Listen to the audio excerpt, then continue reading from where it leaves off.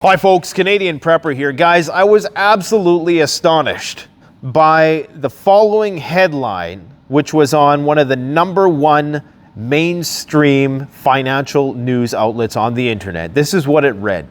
Hedge fund giant Elliott warns of looming hyperinflation that could lead to global societal collapse. That's a mainstream headline with a hedge fund that has $56 billion in assets under management.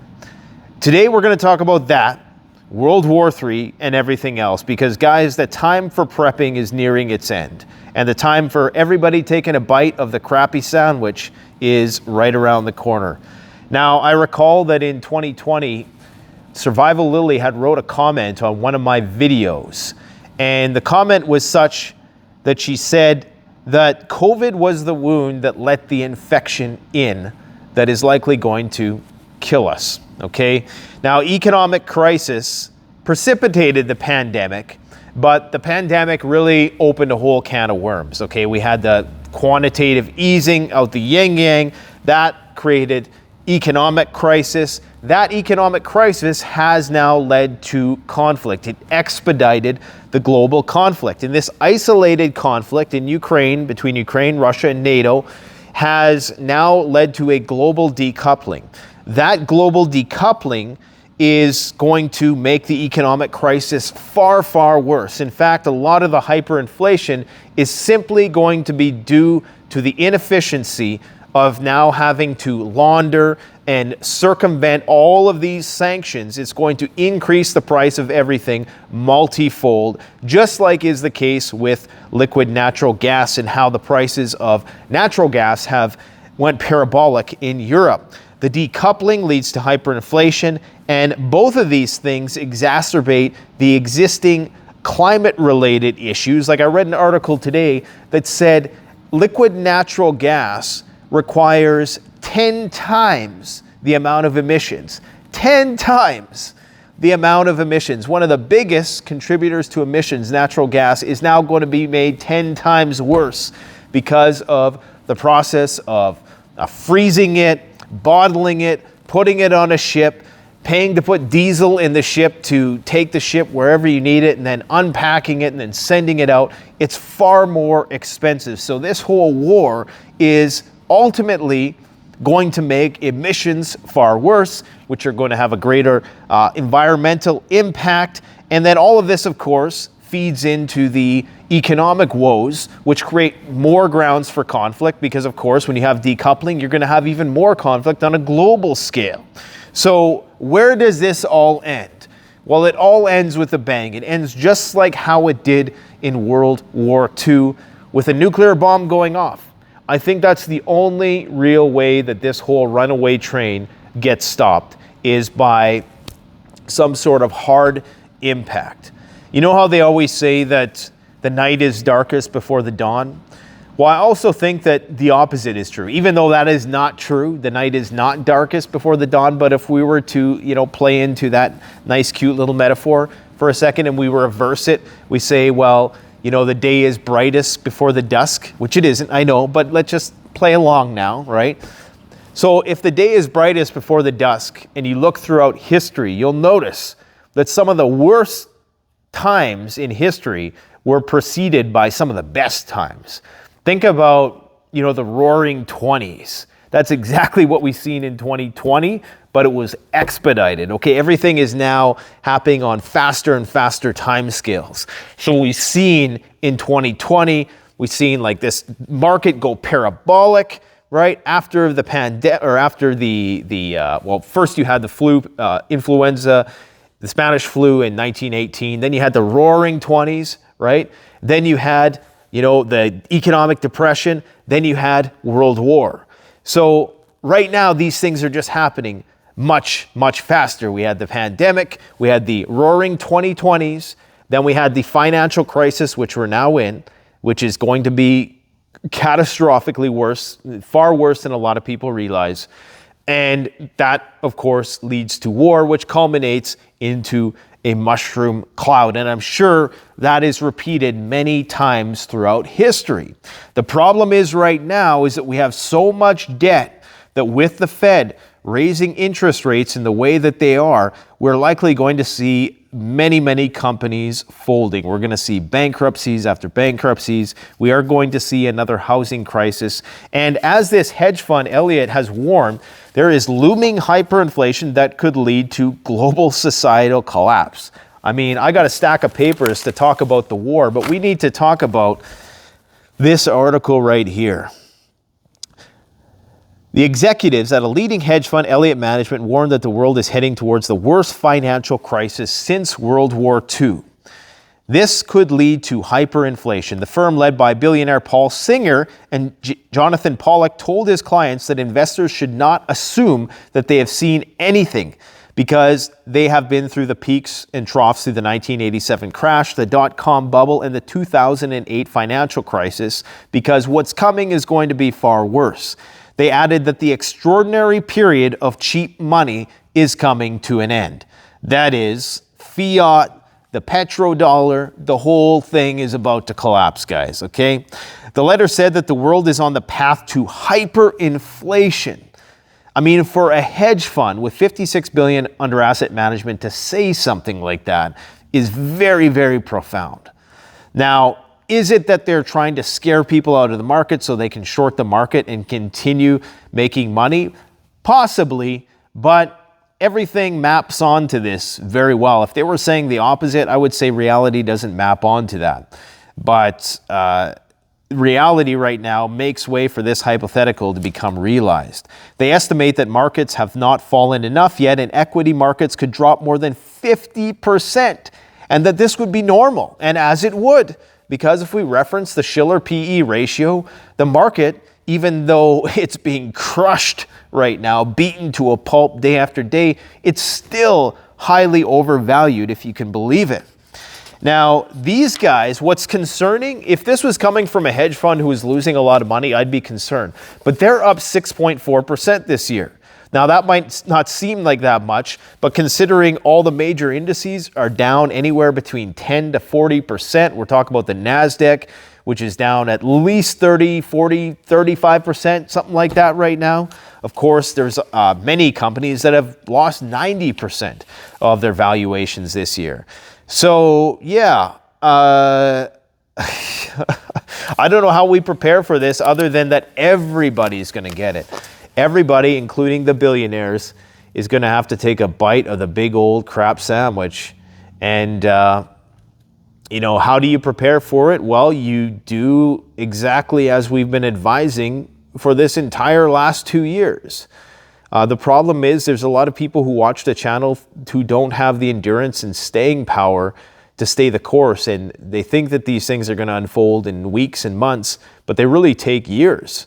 And you know, had you invested in gold earlier, you might have only lost, and you really haven't lost anything on gold because gold is actually, compared to the valuation of the US dollar, still performing in the positive for the year. So right now, I believe it's at like 1650.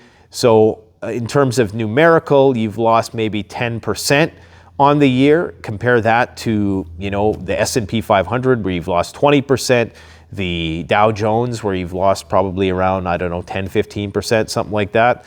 And probably more than that, actually. And the NASDAQ, of course, which has been getting slammed. So gold, precious metals, food. If you bought a stockpile of Mountain House food 2 years ago during the pandemic, that food has increased in value by nearly 35%, guys. Okay? And that is just because you got to understand the compounding nature. England is seeing the worst food inflation, I think, on record, they're saying. The worst food inflation on record. There are riots in Brazil. I got an email from somebody that indicated that there are currently riots happening right now. And just because of hyperinflation, the Turkish lira is going into hyperinflation. Of course, energy is going into hyperinflation. The world is changing.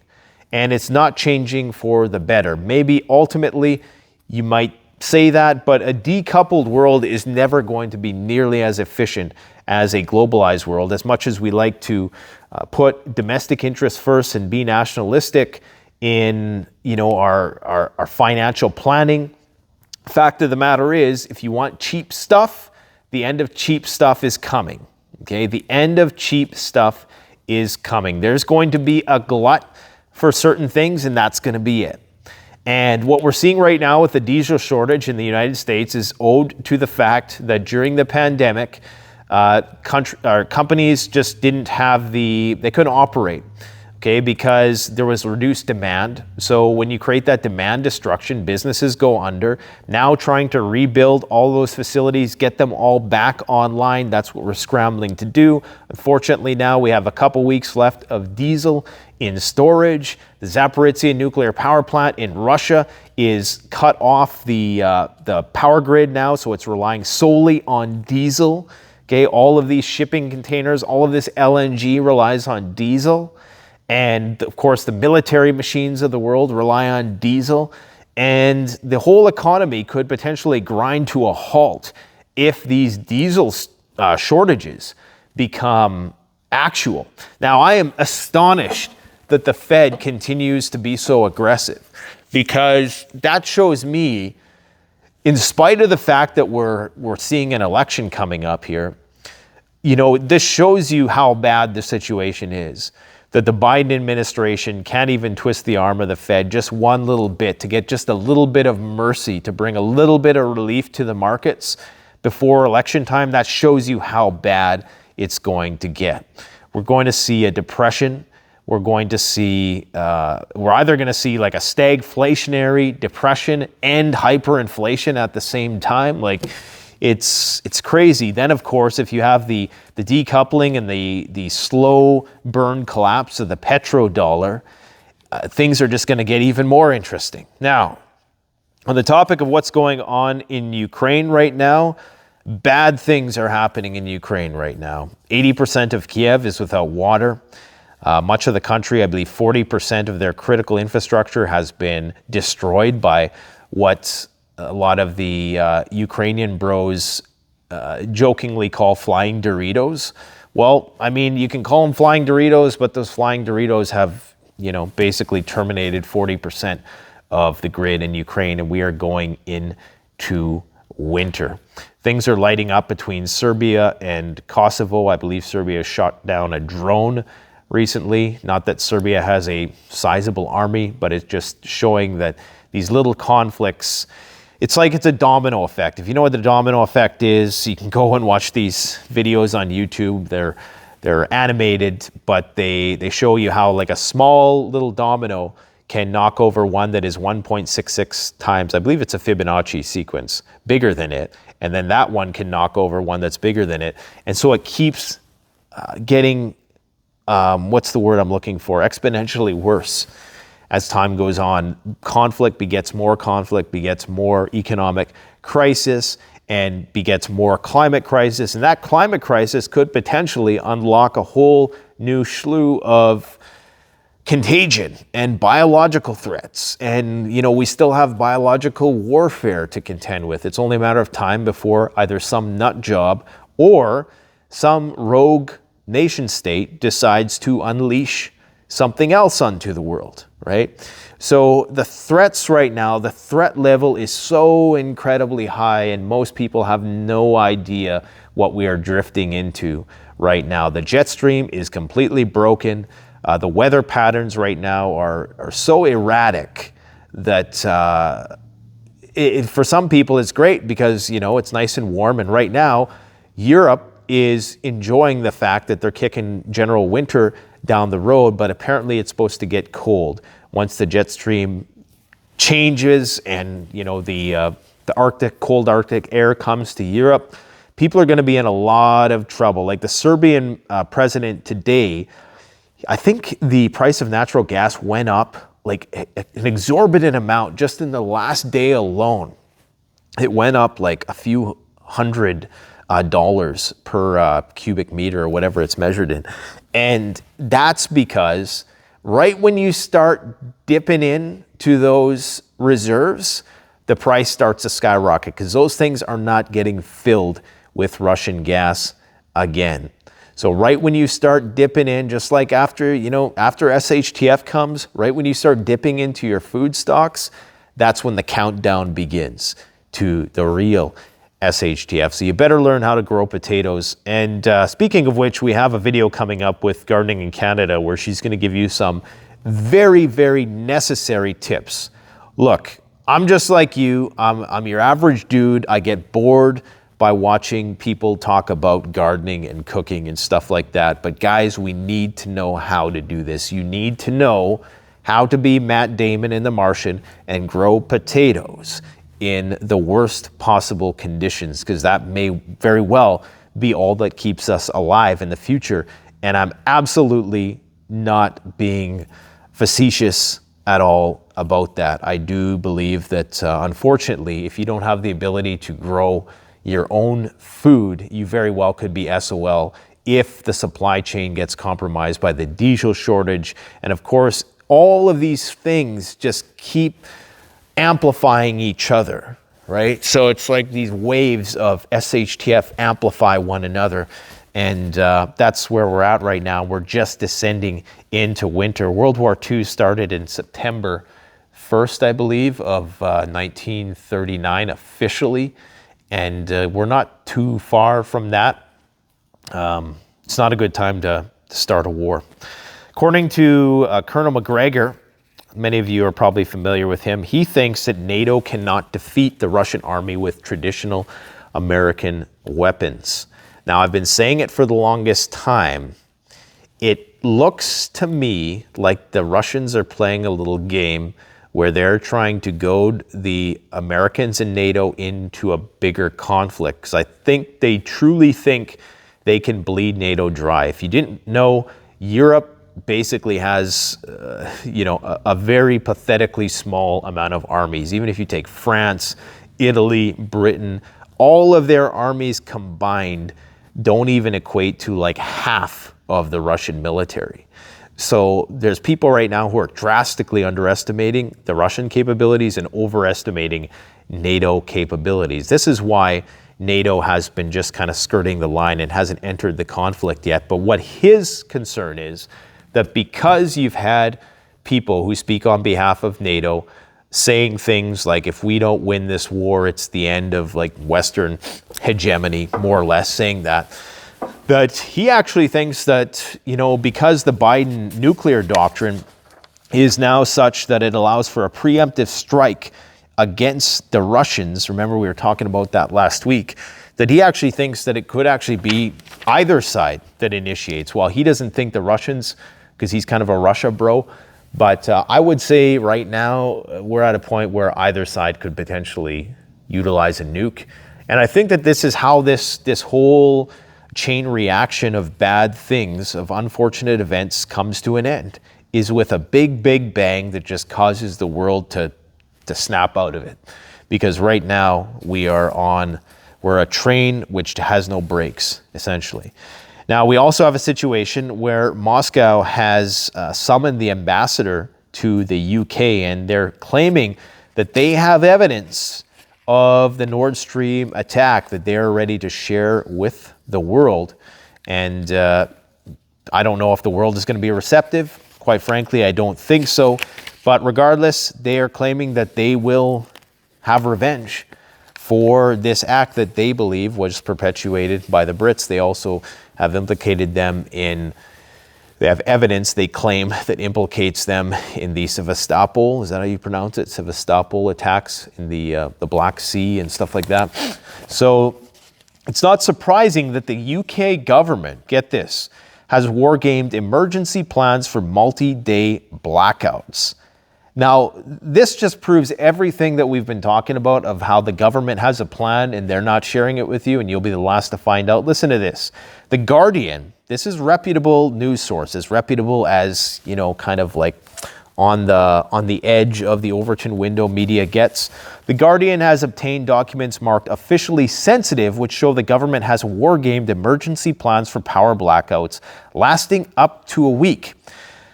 They say that transport, food, water supply, communications, and energy would all grind to a halt if the worst case scenario unfolds as a result of supply shortages, which are, let's face it, a result of the war. In such a scenario, the government will provide citizens with food, water, shelter. Oh, yay! I just can't wait to stand in line for 3 days to get 1 day's worth of rations, if the power blackouts last more than several days. Last month, The Guardian revealed that secret scripts prepared for BBC news anchors to read on air if rolling blackouts strike the country. Get this. The purpose of the talking points is to calm the public during a loss of power event. Just to calm the public. Because they know, man, they know people are going to be wiling out, as they say in the hood. They're going to be wiling out. Because you need to understand, we have an entitlement society. I mean, you got people who think that they should be able to work at home, you know, at their own leisure. And you got people who, you know, get out of high school and think, oh, I should just be making 25, 30 bucks an hour because, you know, or I want to be, and a lot of it is the hustle porn out there that's contributing to it also, that, oh, I should just be, you know, making 6 figures right away. And, you know, everybody should be making 6 figures. No, you should love what you do. And if you find a job that you enjoy, do it. But you don't just get to have everything you want right when you want it. But this is why the breakdown of Western society is going to be so raucous, because we've lost all our morals and principles. We have no community to rely on. People don't know their neighbors, and everybody's just going to be every man for himself. And maybe that's why they've taken away the guns, so we don't off each other as quickly as we might. So, yeah, in Kiev, it's not looking good. 80% of the Kiev residents have been cut off from power supplies. And Zelensky has threatened that he's not going to take part in the G20 summit if Vladimir Putin attends. Let me just see. Who are the countries that are in the G20 now? Let me see. Argentina, Australia, Brazil, Japan, Italy, Saudi Arabia. Is Ukraine in here? No, Ukraine's not a member of the G20. Well, look at that. Wow. So I guess if Zelensky doesn't attend, he's not going to, it's going to be one empty seat in the stadium or something. I don't know. But anyways, yeah, I guess if Russia shouldn't attend the G20. I don't know what's going to happen with this G20, G7, G8 business, G7 plus one, whatever it is. We're entering a new age of decoupling, and you know, get what you can at the stores while it's still there. Like I say, there's going to be a glut, because when we go into recession, there's going to be that demand destruction. But after that glut, all those companies that make those products that are going to be sitting on the shelves just wilting away, they're going to go out of business. And so that stuff is going to be gone. You know, it's not coming back. So this is what I mean. Before times get really hard, you're going to see like rock bottom deals at the store. And that's when you kind of know that, okay, the economy is tanking. And that's when we just slide right into recession. What else do we got to talk about today? I've talked about this a couple days ago, but Nouriel Roubini, of course, has stated, he's the guy who predicted the housing market crash. So you have all these big financial analysts and hedge funds coming out now saying that the worst is yet to come. And that's an understatement into itself. But he says that comparing the economy of the 1970s to today, Roubini says today is far worse. Back then, we didn't have the same public and private debt. If central banks raise interest rates now to fight inflation, we will end up bankrupting many companies, shadow banks, and government institutions. And this, of course, is going to cause people to lose jobs. You lose jobs, you don't have as much services and stuff being made, you don't have as much money circulating and moving around, and it's all downhill from there. And I guess the only job we're all going to have is making bullets to kill each other. That's where I talked last month about the war economy. I did a whole video on just, you know, how the one way that they might actually pull us out of the petrodollar matrix is by having this war economy. And to do that, you need a high-intensity conventional war between superpowers that doesn't go nuclear. And I think that's what, like I say, that's NATO's and the military-industrial complex wet dream is to have endless conventional war that doesn't go nuclear with a formidable adversary that would allow you to exhaust all of your good weapons so you can go and make more and justify creating 5th, 6th, 7th, 8th generation fighter jets and whatnot. Temperatures in Europe, this is probably good news for Europe if this trend continues this year. Apparently the climate is warming at twice the rate the global average. Now, if you go on a website called Climate Reanalyzer, it is by far and away the best resource for understanding what is going on right now. It's very objective. It just gives you the temperatures, it gives you the data, it shows you the anomalies, whether it's a high temperature or low temperature anomaly. The majority of the planet right now it's in a high temperature anomaly, okay? And what that means is that the temperatures are much higher than average.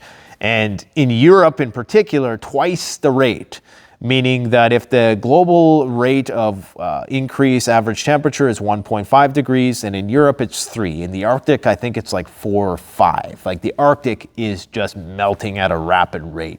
And so all of this stuff, like I say, it just all culminates into a big shitstorm, and either it ends with a lot of people dying, or there's some, eureka moment that we all have as a civilization, and we, put our guns down and we go back to the table with one another and try to negotiate a way out of this madness. But this may actually be good for Europe this year, because this is going to be the year where the depths of Europe's natural gas reserve wells are tested, truly tested, but it's going to be next year when those tanks are not able to be refilled that they're going to start talking about austerity. They're already saying that the reason for excess deaths is austerity. It's austerity. Go watch John Campbell's recent videos where I made a comment about that yesterday. I'm like, that this is what they're saying, that the excess deaths are due to austerity. Austerity, guys. UK food prices soar by fastest rate on record as the cost of living crisis bites. 11.6%. I mean, these numbers are totally bullshit. We know that the numbers are far, far worse than that when you factor in all the other associated costs. 11.6%, that's nonsense. The price, and for a diminished quality of food at that. We also have the Iranians now who are going to be sending some heavy-duty missiles to the Russian front. This is why you're seeing all this stuff flare up in Iran. It's all connected, okay? So you have the Iranian nuclear deal that falls through.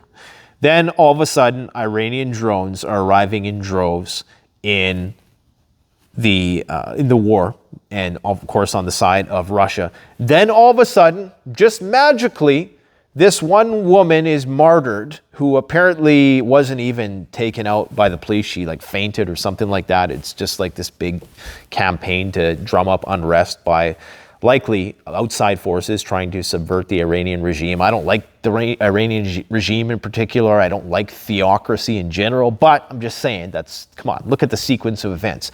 Iranian nuclear deal falls through. They start sending weapons to the front in support of the Russians. All of a sudden, there's an attempted coup in their country, or at least the beginnings of, a civil war in their country. Apparently, they've been able to break that movement, but it's still obviously a threat which is ongoing. But now, this is when the war really ratchets up, because now they're going to be sending some ballistic missiles, and these apparently the West and Ukraine and NATO are not going to have a whole lot of defense against. Now you can see, and they're even saying that the North Koreans are supplying artillery shells. So you're starting to see how polarized the world is becoming.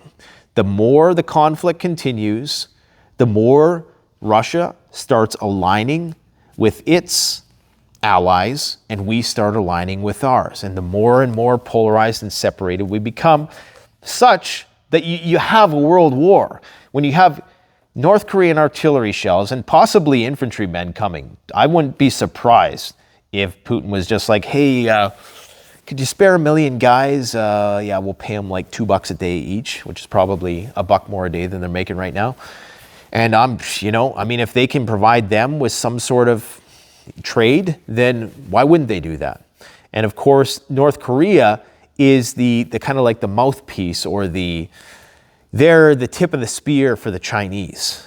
And all North Korea is at this point, and not to diminish the people there, suffering under immense amounts of tyranny and just tragic, horrible things go on in North Korea. But they are there for the purpose of, doing China's bidding, so China doesn't have to look bad on a global stage. So if China doesn't want to give Russia military support officially, overtly, then they can, channel some resources into North Korea, say, hey, throw my boy Putin some artillery shells. And that's how it works. And I'm guessing right now that, I guess we'll have to see what happens with Netanyahu now that he's back in charge of Israel. But I'm guessing right now that the Russians are saying, look, Iran, we will back you up if, just like we backed you up in Syria, we will back you up if, and when I say back up, I mean we're going to extend the nuclear cloak over you. We're going to put the nuclear coat onto you, and we're going to protect you with our nukes if you provide us with these short-range, medium-range ballistic missiles, because we need to save our stuff for the big war that's about to happen with NATO. If you didn't know, there's like 170,000 U.S. troops throughout Europe. I believe 70,000 are in the former Baltic states, and then you have NATO on top of it. So you have a huge contingent of U.S. military, within a quick, short plane ride of the fighting zone. And of course, now you have them right on the border. I believe 30,000 within, artillery range from the Ukraine border. So it appears all but certain that NATO is going to engage the Russians. Now, we all know how that ends. It doesn't end good. How do you prepare for that? We don't know, because we don't know how far the escalatory ladder is going to, the sequence of events is going to unfold. Preparing for nuclear war is a very sobering topic that we're going to address in great depth. We're going to be interviewing an expert in the field who helped write one of the most comprehensive books on the matter. And we're going to try to break that into bite-sized pieces.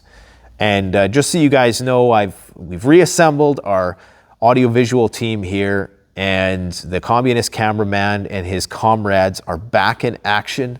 And we are doing filming of like our regular run-of-the-mill content. But I'm telling you, it all takes the back seat to this kind of stuff, because right now information is power, and we need to know what's coming. But at the same time, we shouldn't be paralyzed by fear.